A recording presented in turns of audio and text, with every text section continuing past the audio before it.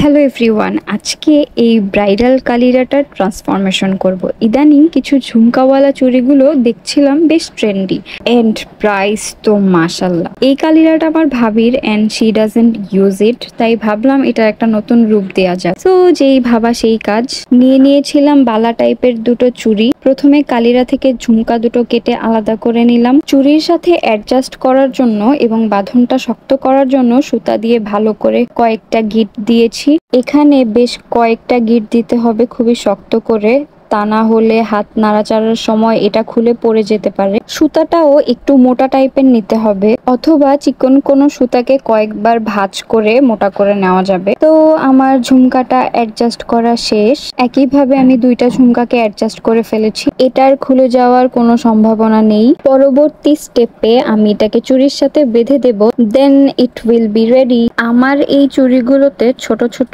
ছিদ্র ছিল, তাই ঝুমকাটা আমি এই পোর্শনেই বেঁধেছি।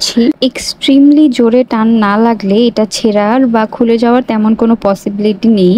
আদারওয়াইজ সুতায় গিট দেওয়ার পর গ্লু ইউজ করলেও এটা আশা করি সেফ থাকবে। এই ছিল ঝুমকা ব্যাঙ্গেলস এর new look transformation, or you can say recycling.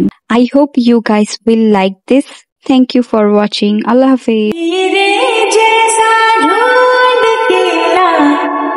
मेरा सजन सन सन सन सन चरी चरी चरी चरी पवन सन सन सन सन चरी चरी चरी चरी